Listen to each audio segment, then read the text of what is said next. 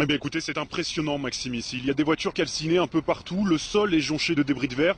Depuis ce matin, une dizaine de balayeurs tentent de nettoyer l'avenue. Ça fait un peu plus de 2 heures maintenant qu'ils sont là et ils n'ont avancé que de 50 mètres environ. Stéphane habite le quartier, il est descendu de chez lui pour prendre le bus, sauf que l'abribus, lui, n'existe plus. On a l'impression qu'il y a un tank qui est passé dessus, les vitres sont complètement brisées, c'est incroyable. Les voitures sont cassées, les gens sont montés sur les voitures, et ils donnaient des coups de pied dans les rétroviseurs. Au McDo, ils rentraient, ils prenaient les frites des gens, ils les mangeaient, ils allaient se précipiter derrière la caisse, ils prenaient les hamburgers, etc. Mais c'était la jungle. Un peu plus loin, Didier et Jacqueline sont encore sous le choc. Ces deux concierges n'ont pas réussi à fermer l'œil de la nuit.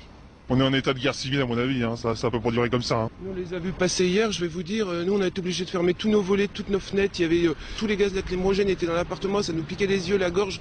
On se demandait où on était, il était 19h, hein. Je suis outré de voir ça, outré. Et pour terminer Maxime, cette scène surréaliste, j'ai sous les yeux des couples de touristes japonais en tenue de mariée.